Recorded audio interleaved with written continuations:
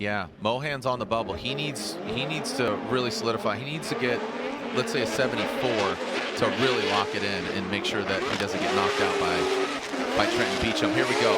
Kyle Mohan, Renewable Lubricants, Mazda Tricks, KMR. 99 in that second outside zone. Some quick little correction to outside zone 3. Ryan, the question is, you really kind of scrutinize that pointing the wrong way into outside zone 4. Did he refine it a little bit better there on that second run? I think it was a little bit better. I'd have to see another, see a replay of it, but I think his line was so much better on this run. If you watch his right rear as he comes through outside zone number 1, pretty straight, just a slight flicker. Look at that right rear, right on the white line. Great line through there. Transitioning here for outside zone number 2. Did a pretty good job on line there as well.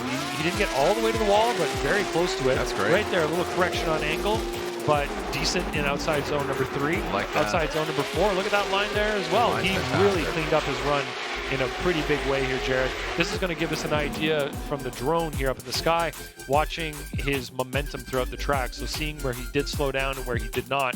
As he transitions for 2, you can see that's a decel zone. He's getting the car set so that he can get through that scary wall area. Then you got that little hesitation, little bobble right there. He did slow down slightly early, but I think he did a great job on this run. Much cleaner than his previous run.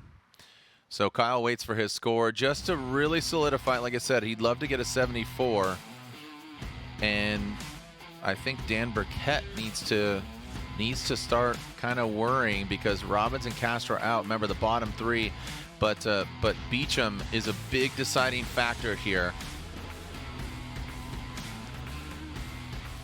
Because right now, Beecham is in that bottom 3, but if he gets a good score, but Mohan, in order to make sure he's going to make it. 78, so now Burkett is on the bubble.